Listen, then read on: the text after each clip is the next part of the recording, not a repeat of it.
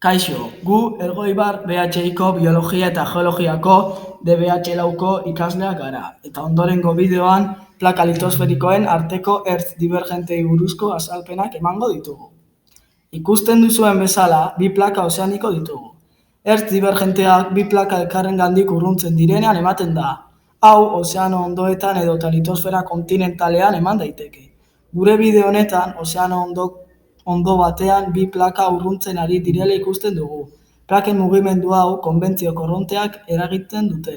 Ikusten denez, bi plakak banatzean mantutik datorren magma kanporatzen da. Kanporatu ahala, urarekin kontaktuan jarri, ostu eta solidotu egiten da. Pitzaduretatik askatutako magma guzti horrek sumendien jarduera handia eragiten du eta milioika urtetan urpeko mendikateak edo dortsal ozeanikoa sortzen da. Beraz, lurrazal berria sortzen da.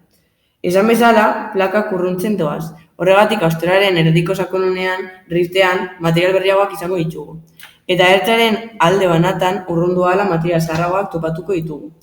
Mugimendu honen adibide nagusiena lurplaneta ozeano Atlantikoko dortsala da, non Irlanda itsasmailatik gora hasitako irla volkanikoa den.